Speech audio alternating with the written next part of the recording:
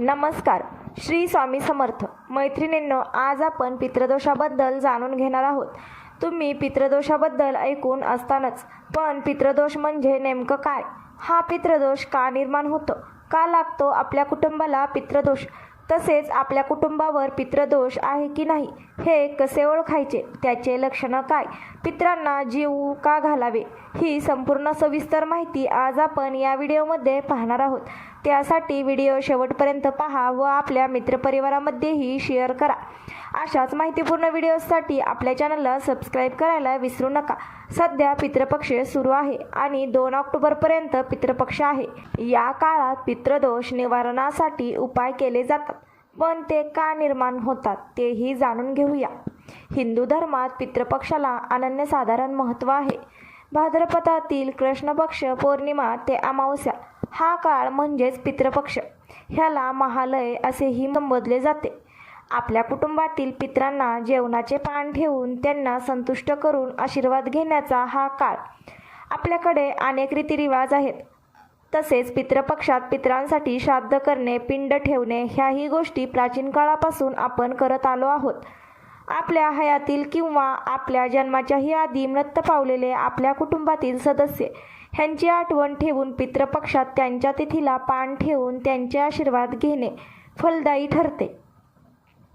पितरांना जेवू का घालायचे? मनुष्याने कशातही आळस करावा, पण आपल्या पितरांना श्राद्ध करण्यास करू नये, नाहीतर पितृदोष लागतो. आपण जन्माला आल्यापासून आपले आईवडील तसेच कुटुंबातील इतर व्यक्ती आपले कोड कौतुक करतात. संस्कार करून आपल्याला एक उत्तम माणूस म्हणून घडवण्यात हातभार लावतात.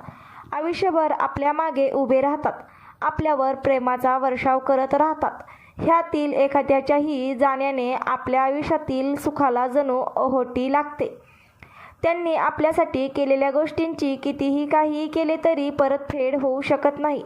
शरीराने जरी ते आपल्यात नसले तरी त्यांनी केलेल्या संस्काराच्या माध्यमातून ते आपल्या अवतीभोवतीच असतात. म्हणूनच निदान पितृपक्षात त्यांच्या तिथीला त्यांच्या आवडीचे पदार्थ करून पान ठेवून आपण त्यांच्या ऋणातून थोडे तरी उतराई होऊ शकतो. आणि म्हणूनच पितृपक्षात पान ठेवावे. पितृदोष कसा उद्भवतो? ज्योतिषशास्त्रात पितृदोषाला महत्त्व दिले आहे. राहू हा पितृदोषाचा कारक मानला जातो.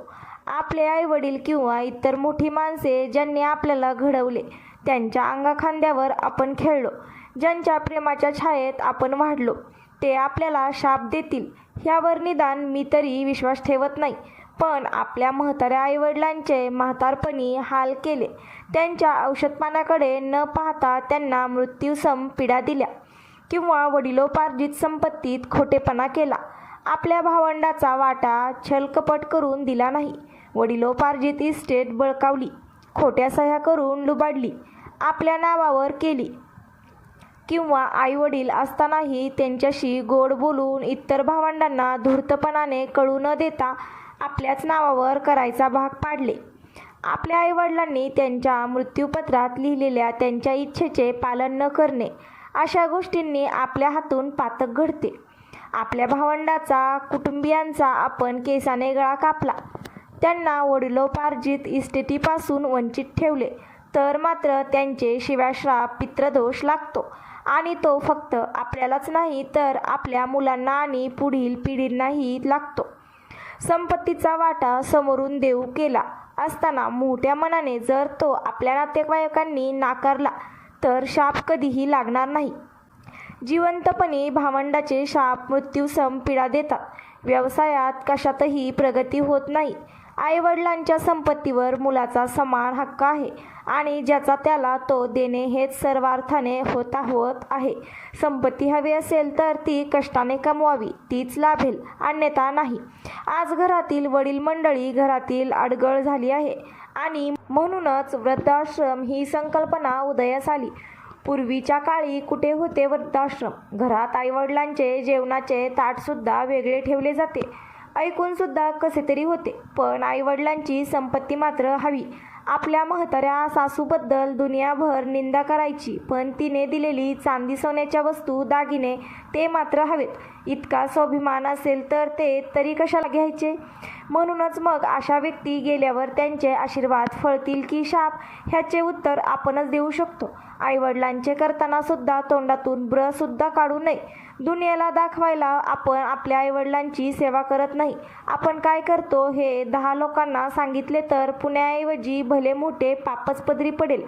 पितृदोषाची लक्षणे: घरात सतत कलह, संपत्ती असूनही त्याचा उपभोग घेता न येणे, रात्रीची शांत झोप नसणे, घरात आर्थिक स्थिरता नसणे, घरातील मुलांचे विवाह न जमणे किंवा जमल्यास मोडणे, संसार सुख नसणे, नोकरी धंद्यावर गदा येणे, आयुष्य एकंदरीतच अस्थिर असणे, व्यवसायात स्थिरता न येणे, घरात एक प्रकारचे सतत दडपण जाणवणे, अनाठायी पैसा खर्च होणे, व्यसनाधीनता होणे, संतती सौख्य नसणे किंवा संतती झाली तरी तिच्यापासून सुख नसणे, घरातील सासू सासरे, दीर जाऊ आणि इतर लोकांची निंदा नालस्ती, ह्या प्रकारामुळे संकटांना आयुष्यभर सामोरे जावे लागते. ही सर्व पितृदोषाची कारणे आहेत. म्हणूनच कोणाचे चांगले करता आले नाही तर कमीत कमी वाईट तरी करू नये. कष्टाने आपली संपत्ती जमवावी, तीच आपल्याला आनंद आणि रात्रीची शांत झोप देईल. साधना उपासना करावी, त्याने मन शांत होते आणि दुसऱ्यांच्या संपत्तीवर डोळा ठेवण्यासारखे विचारही मनात शिवत नाहीत. चांगले प्रारब्ध घडवण्यासाठी आपल्या कुटुंबियाचे मन जपणे, त्यांना हवे नको ते पाहणे आणि त्यांचे आशीर्वाद घेणे हे आपले आद्य कर्तव्यच आहे. घरातील वडील व्यक्ती हयात असताना त्यांचे हाल करणे, त्यांच्याकडे दुर्लक्ष करणे, त्यांच्याच राहत्या घरातून हाकलवून देऊन त्यांना वृद्धाश्रमाची वाट दाखवणे, ही पुढील मोठ्या संकटांना आणि पितृदोषास पोषक अशीच कारणे आहेत. हे सर्व करताना एक दिवस आपल्यालाही वृद्धावस्था येणार आहे, हे मात्र विसरू नये. मुले लगेच अनुकरण करतात. आपण जे आपल्या आईवडिलांसोबत केले तेच आपलीही मुले आपल्यासोबत करणार नाही कशावरून? म्हणूनच आईवडिलांची सेवा करून तसेच त्यांच्या पश्चात त्यांचे योग्य ते क्रियाविधी करून त्यांच्या ऋणातून मुक्त व्हावे आणि आपल्या मुलाबरोबर चांगला आदर्श घालून द्यावा. अशाने आपलेही प्रारब्धे चांगले होते.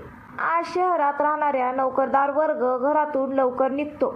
त्यांना इच्छा असूनही पान ठेवता येत नाही असा एकंदरीत सूर दिसतो. पण निदान थोडा भात, त्यावर दही मीठ घालायचे नाही असे रोज ठेवावे आणि सर्व पितरी अमावस्येला मात्र संपूर्ण जेवणाचे पान आपल्या पूर्वजांच्या आवडीचा स्वयंपाक करावा.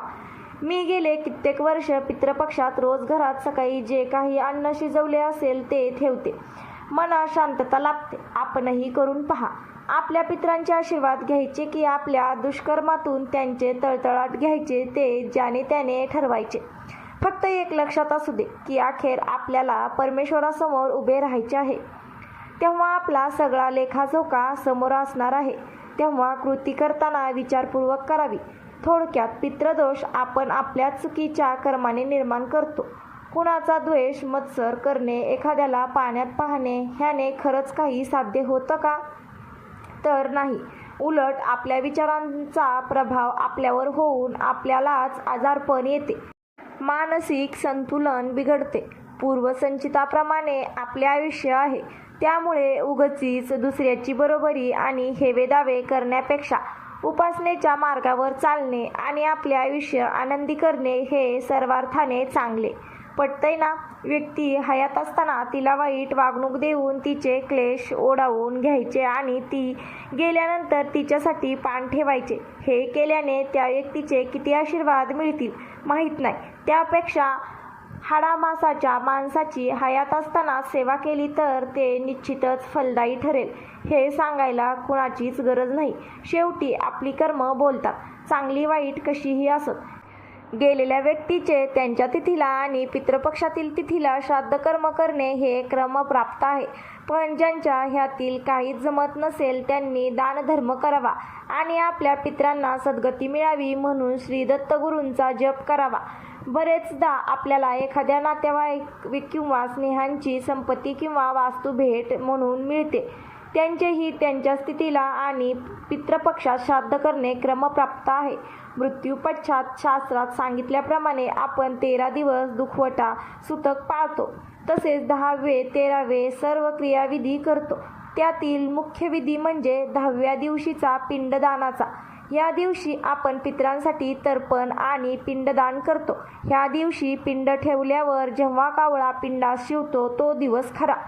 कावळा पिंडात शिवला म्हणजे गेलेल्या व्यक्तीची काहीही इच्छा राहिली नाही, ती शांतपणे पुढील प्रवासास गेली असाच अर्थ आहे.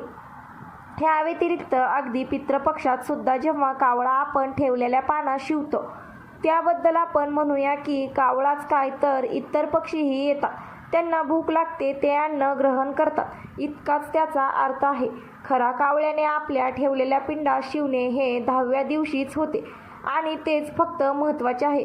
शेवटी पितर आपल्याच आकाशातून सोने दागिने नाही देणार, ते फक्त आशीर्वादच देतील, पण त्यांच्या आशीर्वादानेच आपले आयुष्य सुकर होईल हे नक्कीच. तर मंडळी, अशा प्रकारे आपण पितृपक्षाबद्दल व आपल्यावर का पितरांचा दोष लागतो, पितृदोषावरील काही उपाय, का पितृपक्षामध्ये आपण पितरांना जीव घालतो, ही संपूर्ण माहिती पाहिलेली आहे. आशा आहे नक्कीच तुम्हाला ही माहिती आवडली असेल. व्हिडिओला लाईक करून आपल्या चॅनलला सबस्क्राईब करायला विसरू नका. भेटूयात अशाच माहितीपूर्ण व्हिडिओसोबत. तोपर्यंत धन्यवाद.